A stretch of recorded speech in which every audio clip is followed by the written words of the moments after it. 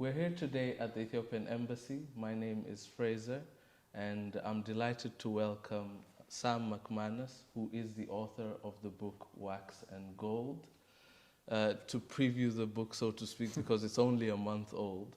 The book is Sam's expansive account of his travels across a number of years, everywhere from the islands of Japan to the jungles of Bolivia, as well as the bustle of cities like Cairo, the steppes of Central Asia, and then obviously the thread that ties everything together quite nicely is your extensive experiences trekking and hiking in the Ethiopian highlands and lowlands. So thank you for joining us, Sam. Your story is so interesting because I think more than anything, it's a story of courage and bravery. Courage in pursuing a dream that maybe you don't really know will materialize, but in the end, I'm pleased to say, has. You created Yellowwood Adventures on the back of what I would say was a leap of faith, it seemed from the reading. You were very comfortable in London, working a corporate job with all the perks that come with it, fairly style, I assume. But you described in the book how over time you felt that that was a degradation of your soul.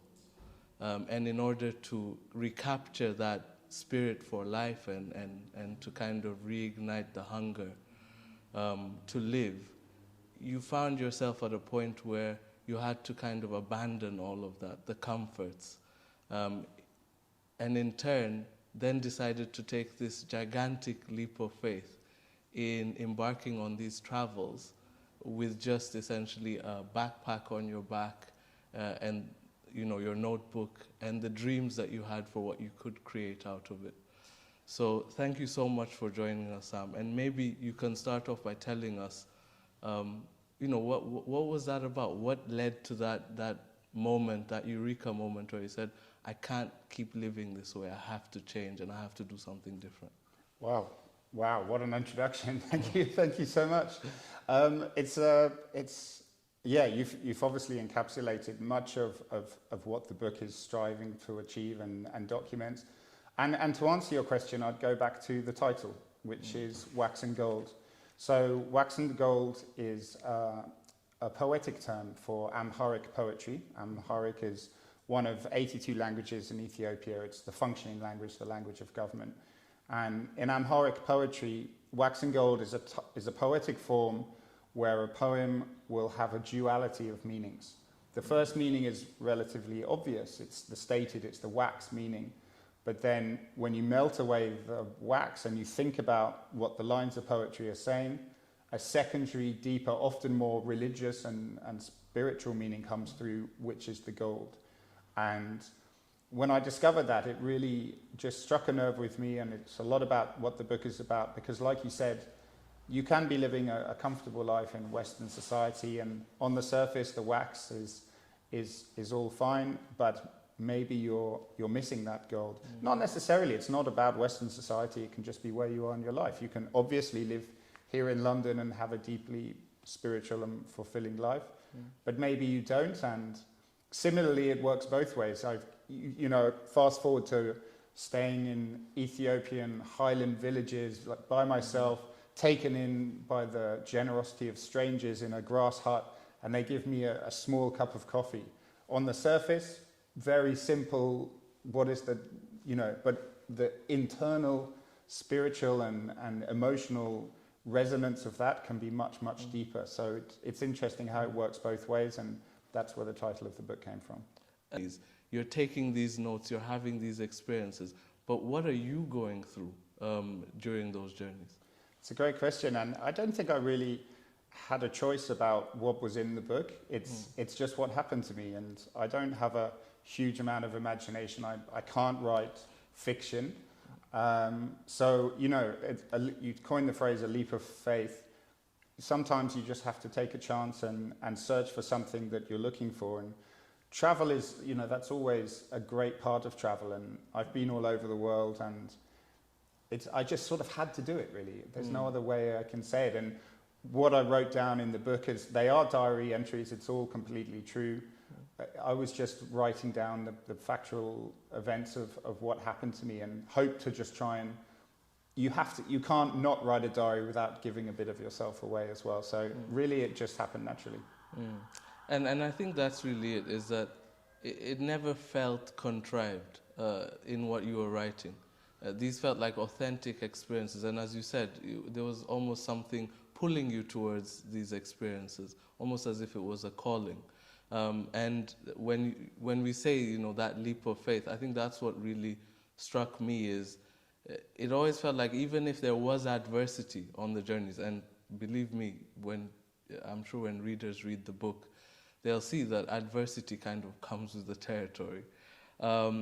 And this kind of unadulterated style that you had, which didn't seek to romanticize the trips and make them seem as if they were something out of a fictional account, really allows the reader even to feel like they're on the journey with you and kind of in your shoes, even if it's momentarily. So I think how you brought that together once you were far away from those trips, when you were writing this book, like what did it take to actually put this all together? It's funny you say that. I've had a friend of mine who read the book and said I seem to do a lot of sulking on my travels, because look, travel's hard. It's hard. Like you're often alone, and there are two sides to that. You can have the, you know, extremely negative, but then extreme highs as well when you're taken in by a family and shown unbelievable generosity. But then sometimes that doesn't happen, and you're just by yourself, like in a tent or in a hotel room, and it's not so great. And I just think it's best to be honest, and then I hope that shines through. I have to give huge credit to Sarah Marshall, my editor. So it took, these notes and stories were written down. The earliest one was from 15 years ago when I lived in Japan for a year, but most of them were from about sort of 2015 up to the present day. The main trip of the story in Ethiopia was from 2015 to 2016, and then up to 2020. With Yellowwood Adventures, I go on lots of research trips to Oman, Iran, Lebanon, places like this. And I would always write my experiences down quite soon after they happened to keep that. It goes quite quickly. If you don't write it down, it'll disappear. After the first 3-month trip I did in Ethiopia, I came back to Addis Ababa, and I remember just staying at the Taitu Hotel, which is the oldest hotel in the country, founded by Menelik's wife, actually, I believe. And I just sat in the garden in the shade of an acacia tree for 2 weeks, just drinking macchiatos, and I wrote 30,000 words of the whole experience. I just thought, get it down, get it down honestly as well, like getting sick, having amazing times, having bad times, almost getting attacked by wild dogs, you know, just get it down or you'll forget it forever. And Sarah, it took us 6 months to edit all of these notes and put them in a coherent order. And she was very adamant that we cut away lots of chapters, a lot of the fat from the text. But she nearly always her editorial notes would come back and like, how are you feeling here? Because I was very hesitant to include that. But I think it's very important. And that's it makes it more human, the experience. Because like you said, if someone else, and when other people go and do similar travels, they will have the whole range of emotional experiences as well. And yeah, you mentioned obviously Paul Theroux's book and his descriptions of kind of, especially the highlands, I guess, in this case. And one part of the book, if you just indulge me, I'd like to just read a part which really resonated with my own experience, which was that I think this was when you were in Tambien, and Tambien was quite a difficult journey. It's one of those journeys where everything went wrong that can go wrong. Full of ups and downs. But you said that I was hot and irritated, and when we reached the top, but the view calmed me down, and I took on plenty of water in the baking heat. This was a day of vastness. The views were long and incalculable. I filmed much of the journey, but upon reviewing the footage afterwards, it looked like nothing at all.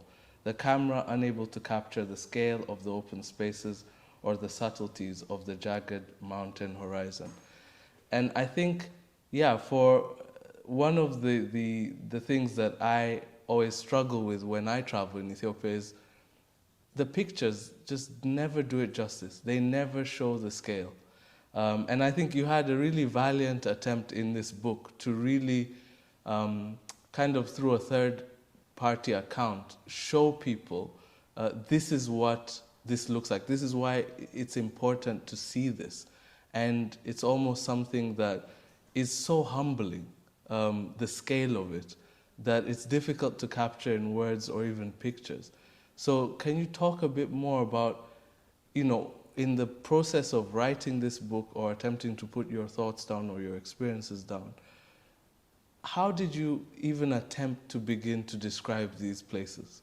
Yeah, it's a great question, and you're totally right. And for that reason, there are no photos in the book at all, because they don't do it justice. And I also felt, if I can't capture it in literature, what's the point of sticking some photos in? And you've done an even worse job.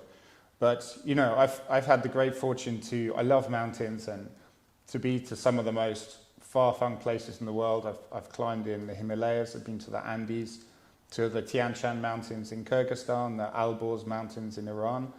I've been all over the world, but there's something about the Ethiopian highlands that is just almost, like you say, indescribable. I give it my level best shot in here. And I think sometimes capture it for the fleeting glance, but there's just the 𝐖𝐚𝐱 mountains. I describe it just to try and get across. It's almost like a one-sided Grand Canyon, because you're up so high and just looking down, and they have these huge, what they call ambers of stone, the tabletop mountains. And you feel like you're in a different world. And it is just, you have to see it to believe it, that great vastness of big sky country. It's wonderful. It makes you feel so alive, and it's such a great place to be. And then obviously you juxtapose your experiences in the highlands, whether it's 𝐖𝐚𝐱 or Bale, with, what to me appeared to be a very surreal experience in Harar, which is just so different. It's lowland, it's I think the fourth holiest city in Islam. Yes, true. But then at the same time, it's an extremely, almost over-the-top liberal kind of city. How did you, before I guess you went to Ethiopia, did you understand that there was this diversity in landscape, cultures, and people? And how did you then understand it once you were there? No, Harar's one of those places. It's the trade across the Red Sea, or a lot of the trade would come through Harar. That could be slaves, gold, spices, but then religion, languages, and it's just, there's so much going on there. Like you say, there's a huge amount of mosques around the walled city. Based there, and I've been to his house in Harar. So I'd read a bit about it previously, but nothing prepares you for when you go there, and it's just so much to take in, and it's so unique in the world. And have you been there yourself? Yeah, yes, it's a fantastic place. Yeah, definitely. And yeah, I think it would be good at this point to actually delve into the book a little more. There's a section where you discuss a particular experience you had in the north of the country, in Tigray, where I think you'd been ill for a few days, and you were recovering from that in a small town, and then suddenly something happened. Yes, I was in Korim, which is near 𝐼𝐚𝐱. I didn't really get sick that much on the trip, but I did get sick once, and it couldn't have worked better in my favor, because I was going to head up and go hiking in the mountains, but instead I'd stayed in this small town. And then this is what happened. I ran to the balcony and blinked incredulously as a huge shining procession of gilt umbrellas marched below me, twinkling gold and silver with reds, purples and blues darting flames in the sunlight.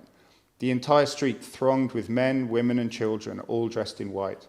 A hodgepodge militia guard in oddly assorted garments of khaki and camouflage clothing wore darkly coloured shamas with varying models of plastic or polished wood-stocked Kalashnikovs slung across their shoulders, flanked either side of the clergy. These were dressed in the most sumptuous robes imaginable, especially given the remoteness of the area, with red and purple velvets and soft green felt caps patterned with silver thread.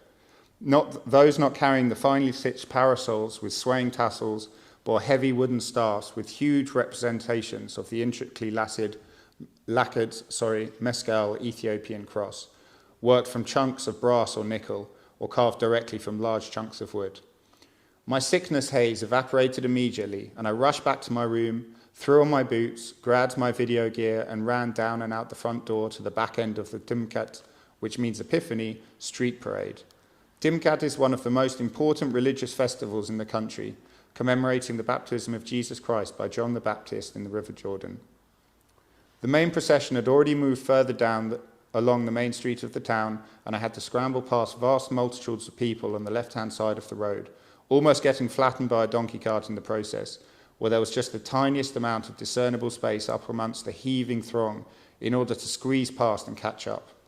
When I reached the main procession, I saw that excited young men were laying down large swathes of red and gold carpet, or blue sacking, depending on what was immediately available. Once walked across by the 50 or so procession of priests, the carpets and sacking were then re-rolled and carried down to the front of the procession on the shoulders of the running men and boys, to again be rolled open so the clergy's feet never touched the ground. The boys' faces flushed with the excitement, exertion, and self-importance of a task being dutifully performed. Then, as if a dam had broken on the right-hand side of the street, a huge shoal of human movement surged forward under a forest of waving doula sticks, chanting and foot-stomping. The crowd somehow parted to make way for the group of men, and they stormed down the street as one body, stopping, forming circles and dancing around and around in a whirling circle of flying sticks, then continuing on again. I ran up to them and angled my video camera above them, pointing down to get a bird's-eye view. None of them paid any real attention to me, lost in the ecstasy of the dance. Nearby, men and women took turns in shouldering huge 3-foot-long hide drums, smashing out a pounding rhythm whilst dancing around and around in small circles made by crowds. Groups of young children in orange and white outfits with crosses on them, looking like miniature knights-errant, sang in groups. Young girls and old women crowded together in separate groups, singing their own songs. Everyone was smiling, laughing and clapping. People closed up and left their shops to join the parade. Those who could speak English spoke to me, not of themselves, but of the parade, and I was the only non-Ethiopian there.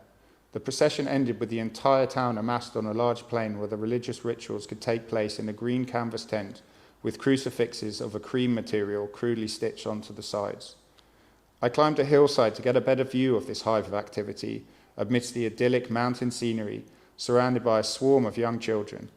And then, as soon as it had begun, it was over. The white dots on the plain drifted back the way they had come and disappeared into their houses. I suddenly felt very tired and trudged back to bed. I mean, this story in particular, I think, for me, just took me back to my own childhood. Because that is Timkat. Timkat is, as you said, is a festival that takes place at the end of January. And it is just this explosion of kind of euphoria.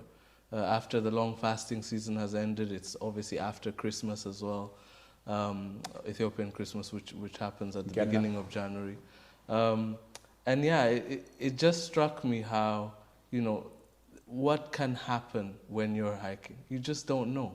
It can be bad, it can be good, as you said, but in this sudden moment, you ended up capturing one of the most beautiful moments in the Ethiopian calendar, but you never planned it. Yeah, it almost didn't happen. If I hadn't got a bit ill and holed up for a few days in this tiny, tiny town, I'd have been up in the mountains and I would have missed it. Exactly. So I think, just being able to read that section and just understand I guess this is what Yellowwood Adventures is about. That's why it's called an adventure, is that sometimes you don't know what might happen, and sometimes it might be the most amazing experience you have, which you never planned to have. So I think that takes me nicely into the last chapter of the last Ethiopian-based chapter in the book, which was your experience in Bali, which almost to me felt like, you'd spent many months traveling in Ethiopia and almost like learning as you went, what to do, what not to do, how to plan, what not to plan. And Bali was kind of the capper. It was a moment where it all culminated and you got your planning right, but also the trip ended up being, I think, probably your best trip in the country at that stage anyway.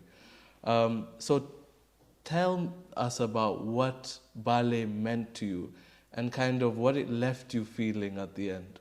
It's a great question. I honestly wouldn't say it was my best trip, but it was probably the one that went the smoothest. And You've exactly hit the nail on the head. It's because I just learned through spending time in the country how to structure a trip the best. It's the only trip actually where a friend came and joined me. So Gobinder Kundi, a friend of mine who I'd lived with in Dubai, flew out and joined me there. But because of that, I then had understood if you're going to very remote places, you need a good team. So I hired local guides, and because the Bali Mountains is in the Seneti Plateau, which is actually the highest plateau in all of Africa, down in the south, and it's quite close to the Kenya border. And so because I had a guest or a client, even though he was a friend really, I thought, let's plan this properly. So I hired some fantastic local Ethiopian guides with horsemen, because they had to carry even fuel to take up to make small campfires to cook, because the Seneti Plateau is quite barren, and you definitely don't want to be cutting down any trees that may be up there anyway.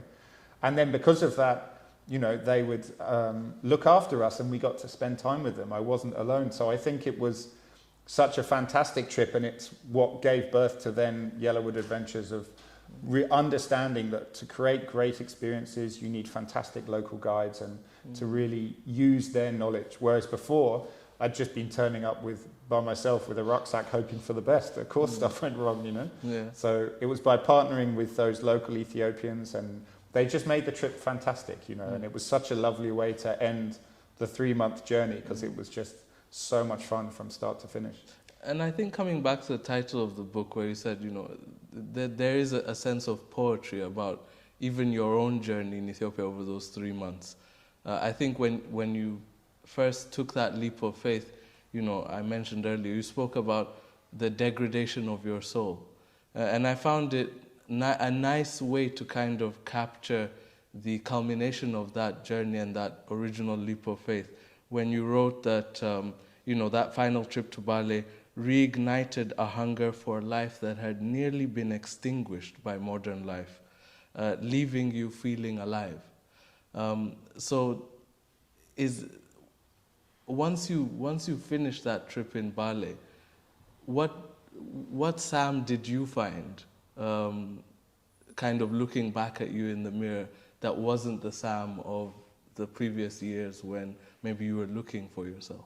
It's a great question, and I think Bali just happened to happen at the end of the 3 months. So really, I think it was the culmination of all of the trip. It wasn't just that one, but of course, that happening at the end, and it was just, I think, spending time in nature is very, very important to me. Spending time with the Ethiopians themselves, all across the country, from Tigray to Harar to �𝐚𝐻, Amhara, to the small town of 𝐖𝐚𝐱 and the Oromo people in the Bali Mountains. Just having that humanity, and it's hard, I still can't put it into words really, but there was something that I felt was really lacking in my life in Western society and just working in a job, that I felt like I had to go back to the basics of older civilizations, older society, a much more, a way of life that's much more closer to the land and closer to nature, which, hopefully is the way that modern society will move now with climate change on our doorstep and the recent pandemic. I hope it's a huge wake-up call, because I think that the capitalist life that we've been building for ourselves does leave a lot of the spiritual, which is so important to humanity, aside. And without that, you can find yourself in big trouble. And I found myself in big trouble, and I felt that Ethiopia breathed a new life into me, really. And I've been staying on that course ever since. Yeah, and I think it just, Ethiopians call Ethiopia itself the land of origins. And I think that's really it. It's an understanding that life is bigger than us. And sometimes you do need to humble yourself and understand that you're part of an ecosystem, you're part of nature. And Ethiopia being the land where, Homo sapiens first walked, I think your personal journey kind of attaches itself to that, which is you went and found yourself there. You didn't go and find someone new. You went and found the origin, the root of who you were.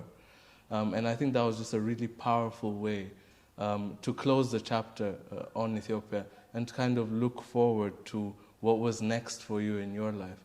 So I think just to close off, what is next? You know, Yellowwood Adventures is up and running. Well, we're waiting to be up and running. You know, with the pandemic, international travel's been so difficult.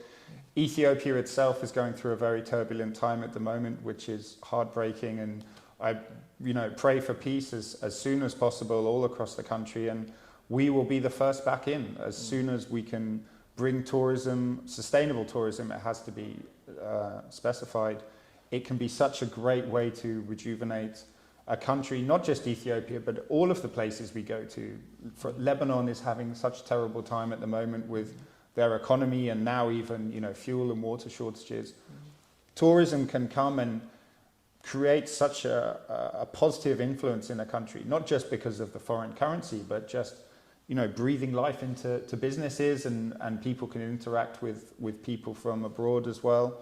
We partner with charities in every country we go to. In Ethiopia, it's the Fistula Foundation, where they have centers in Harar. Actually, there's a fistula hospital, and in Addis Ababa, which helps young women. In many other countries, we partner with charities that focus on rewilding the ecosystems, and we do actually plant trees in Ethiopia and Brazil to help to compensate for the carbon that we've let off from flights. You know, what's next? We want to get people out and back into the world again.